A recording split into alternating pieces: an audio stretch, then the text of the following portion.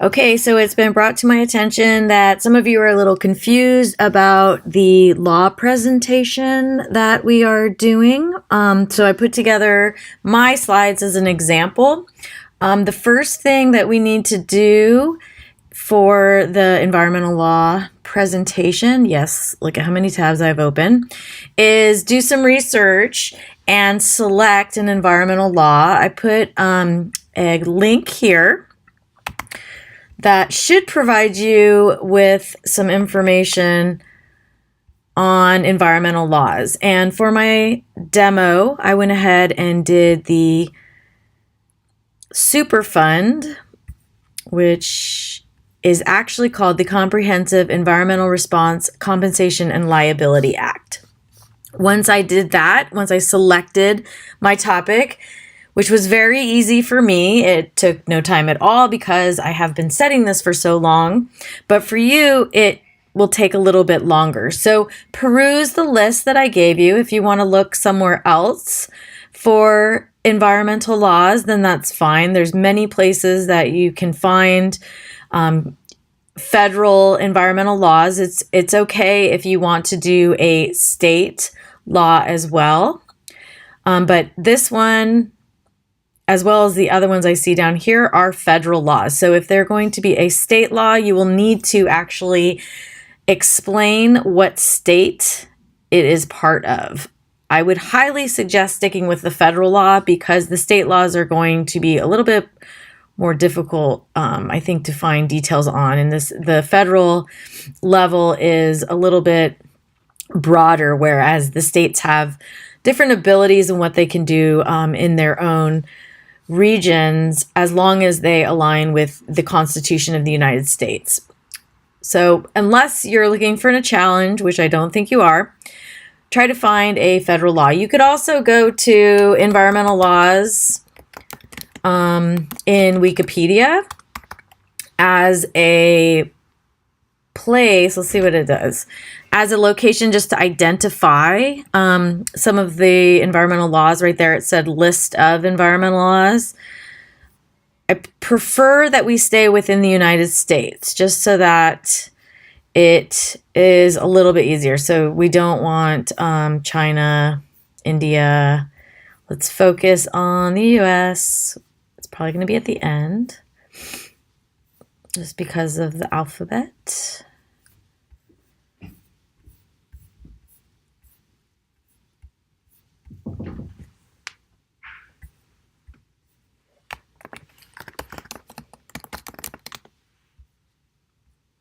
There we go. This is a great place to look. There's many.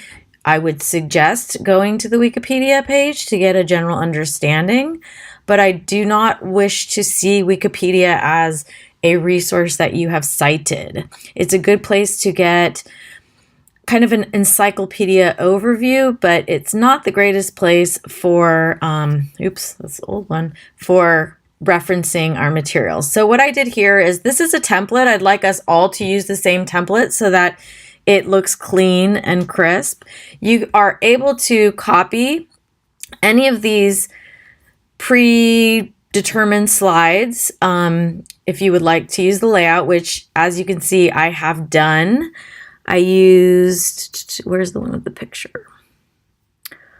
I used this one, which was a template, and it looks like I actually deleted the original. So my apologies. If you'd like to use the same kind of format, then you can go ahead and copy this one and then change the text however you like.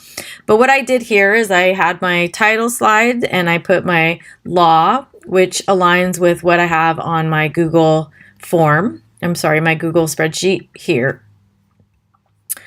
And I went ahead and started researching it. But for me, I know it's a little easier because I've taken many classes on all of this. So what I tried to do here is do an easy introduction. What is CERCLA? It's also known as the Superfund, and my slides will explain to you why. It is the Comprehensive Environmental Response Compensation and Liability Act, which is very difficult to say. So we say CERCLA, which is an acronym using all of those words. So CERCLA is a federal law that was passed in 1980 in response to specifically a situation in Niagara Falls, New York, which we refer to as Love Canal. And down here, I give you a little hint. You may remember Love Canal from the movie A Fierce Green Fire, which we did in the first week of class. Do you remember who this is right here? She was a main player in the Love Canal situation. My next slide, which I think is helpful, and we should all try to do our best to incorporate multimedia so we're not putting a lot of text on slides. When people make PowerPoint presentations or any type of presentation, oftentimes they overload the slide with too much text. Now, we're not face-to-face. I'm not actually presenting this to you. However, if you are, and when you are, you do not want to have too much text on a slide, because what it will do is it will distract your audience from paying attention to what you are actually saying. So we want to try to keep our points short, but make sure that it covers what is necessary. So we don't want to put too much information. We don't want to put too little information. It really is a Goldilocks kind of situation. What I did here is I found a clip from Love Canal just to remind everybody of the situation where it was referenced. I think this is should be embedded. It's a minute clip. This is a great thing to do if you can find a video or some other type of multimedia that will help, pictures, images, that will help us understand your law. I'm not going to play this now, but I will encourage you all to watch it on your own to remind yourselves of what is Love Canal. Oh yeah, Love Canal is the situation in Niagara Falls where the community had been built on a piece of land that had been previously used for the disposal of toxic and hazardous materials. At that time, there was no law in place to protect the citizens of the area, and people went in and had purchased homes believing that they were fulfilling their American dream. Through the purchase of these homes, they believed that they were going to be in a safe and healthy place with their children and their families, and ultimately they found out that that was not the case, because there were these materials that were in the area and attempted to be buried and concealed in the area that were actually making their way into the basements and the grounds, basically, of these individuals' homes. And now you may remember from A Fierce Green Fire, this was the situation of Lois Gibbs. That is this woman's name, Lois Gibbs. And she was the one who worked with her neighborhood to really organize so that they could be heard, because they felt that that the government had not protected them in this situation. So it ultimately ended up creating a federal law, which is called CERCLA, or Superfund. So here I put it's Superfund. So CERCLA created a legal system that allows the United States Environmental Protection Agency, that is an agency that is under the President of the United States, or the Native American tribes, to recover damages caused by hazardous materials.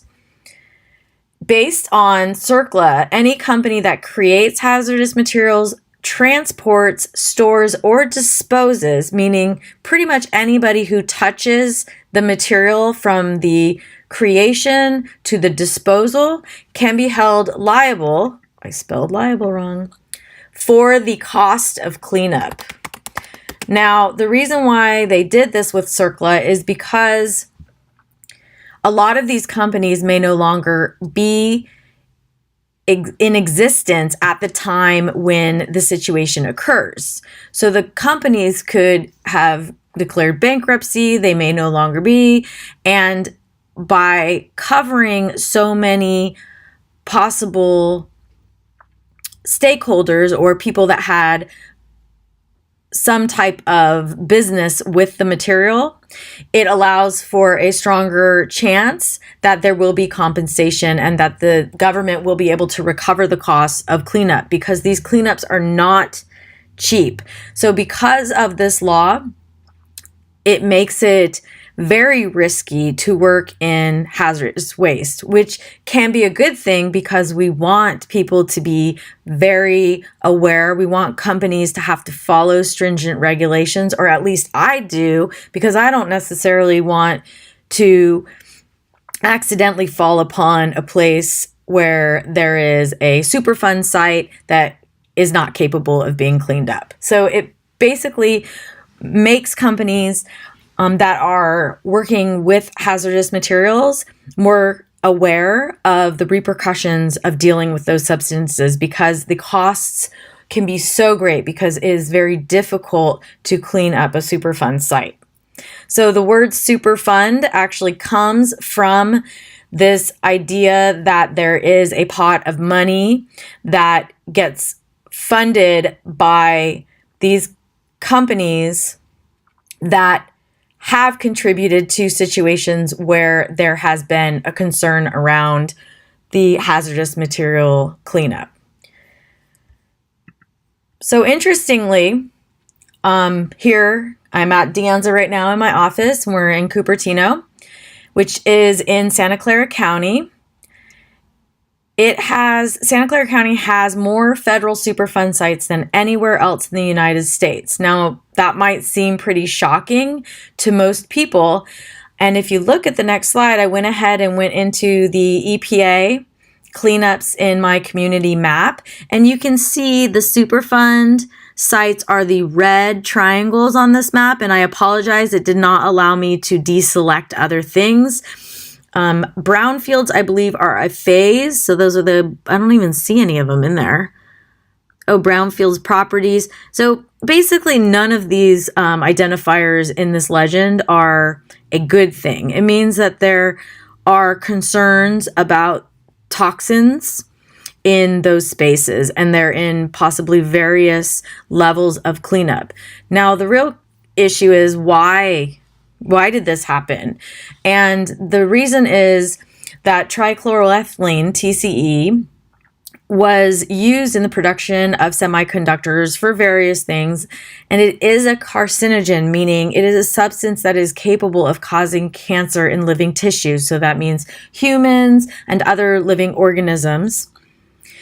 What happened is that the trichloroethylene was being stored in underground storage tanks that eventually leaked into the ground and into the ground, possibly groundwater. And there is a specific case in the history of the Silicon Valley that's called the Fairchild Semiconductor Superfund. Let's see if this...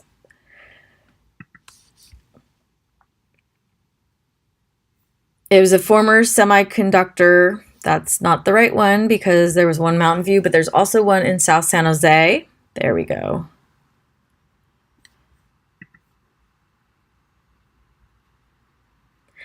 And this situation had a similar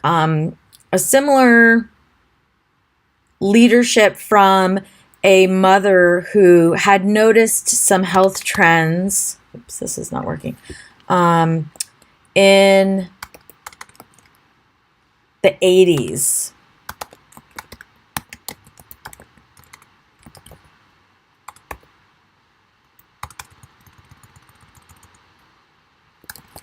Let's see if I can find a little information on that.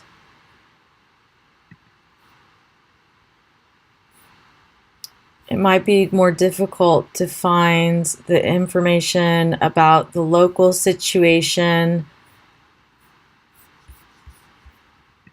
And I want to call the woman Lois as well, but that's not her name.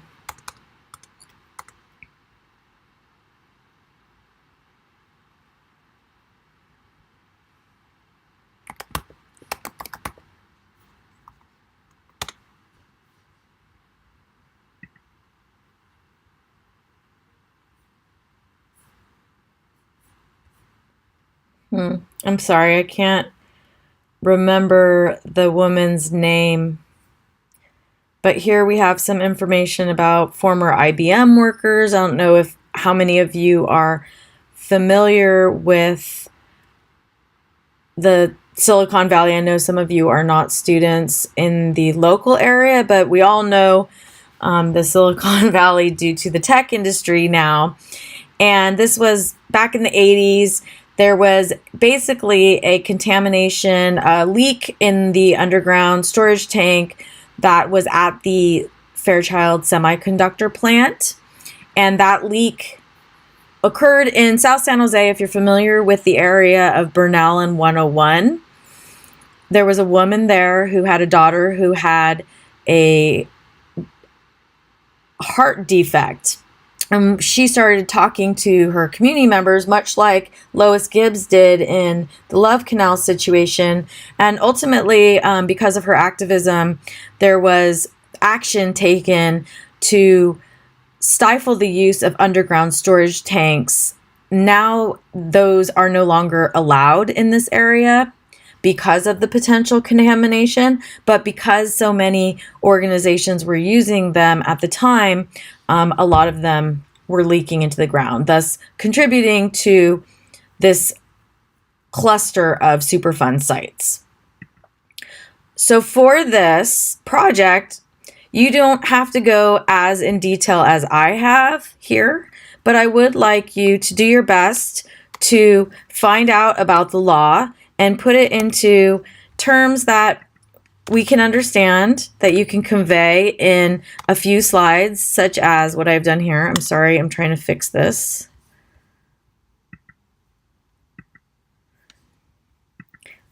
So I have 4 references here. So I will ask for 4 references from you. Notice I do not have Wikipedia. I also put my references in my slides here, my in-text citations.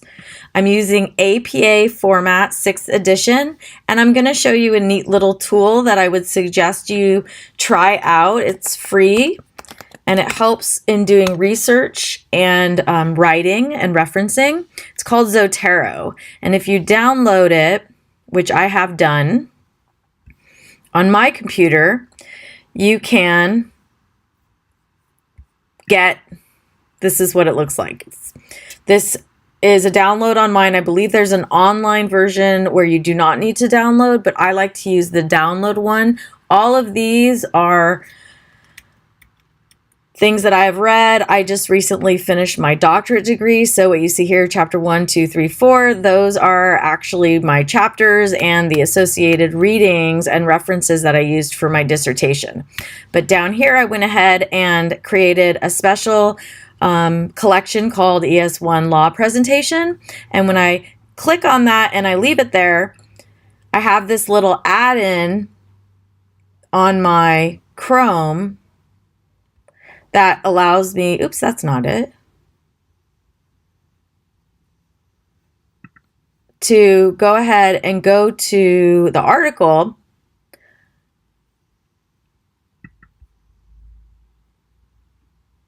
This is really interesting because it's not, there it goes. And you click, there we go. You click the Turnitin, sorry, not Turnitin. I don't know why it's doing that. It's above that. This little icon is Zotero. I do not know why it's saying, okay, there it goes. If you click that, then what it does is it actually puts the article into this library. If it can, it will save it as a PDF, but what it's done here might be a PDF. It may not be, but what it does is it stores the biographical information. And if I right click, which I can do on a Mac with Control and click, you can create bibliography from the item, use APA 6th edition, in-text citation is here. I copy to clipboard, and I'll go ahead and show you in someplace where it won't completely mess up my work. This was an in-text citation, so I go edit, paste without formatting, and that would be the reference for this one. And let me see, there it is. But because I have 2, I was actually able to go and select both of those articles, right click, create bibliography, in-text citation, okay, go back, and if I put it right here, it should be the same thing as I have there. It does it for me in the appropriate format. This is the most useful tool that I used in my dissertation, my doctorate work. So what's neat too is that for, oops, I need to erase this part. That was my demo. For all of these, so I have my 4 articles, which is what I've asked. I can highlight all 4 of them, create bibliography, and for my works cited, I do bibliography, okay. I'll go ahead and add in a blank slide here, just so we can see what it looks like when you paste it. Let's do some text. Paste without formatting. It looks like this, which is not the appropriate format, so I have to go in and kind of fix it for APA standards, which is indented second line. So there's a little bit playing with the formatting, but it does all the good stuff for you. And that's very helpful, especially when you're working with large amounts of information, which this is not, but this is a good place to play and practice, because if I had learned this, if this had even existed, oops, then it would have been very helpful. So what you see here, I edited to make it look like this. A good place to get an idea of what APA format looks like, which is what I'm asking you to use, is this reference site here, which is OWL APA. This is actually through Purdue University. I use this in my dissertation as well. And you don't need to really read the summary. It's just a style of citation. Oh, they kind of changed the layout. Interesting. And it tells you in text citation, which the Zotero really does for you, but here's the basic rules, and there should be an example as well. Look, they've got some YouTube to help you out. Don't worry about this type of layout. This is for larger papers. But they redid this now, and it's a little bit confusing. I want APA. Let's just look at the sample paper. What we really care about is the end of the paper, so you don't need to worry about all this stuff. I'm most interested in the format here. So as you can see, it's indented in the second line all the way down. The new ones are in alphabetical order with it protruding to the edge and then indented, okay? So hopefully this helps. I will make notes along the bottom. I'm going to put this Purdue, I'll put Zotero, and I'll put the Purdue at the bottom of the slides that I did so that you can reference those and access them if you need further assistance. So do your best. I'd like you to please stick with the format, and there will be another additional ask of a couple questions that somebody should be able to answer using the slides that you presented, so that then we will use those to have each other review our slides and answer those questions. So at this time, just continue to do your research. The most important thing is to begin by selecting your topic and putting it into the spreadsheet.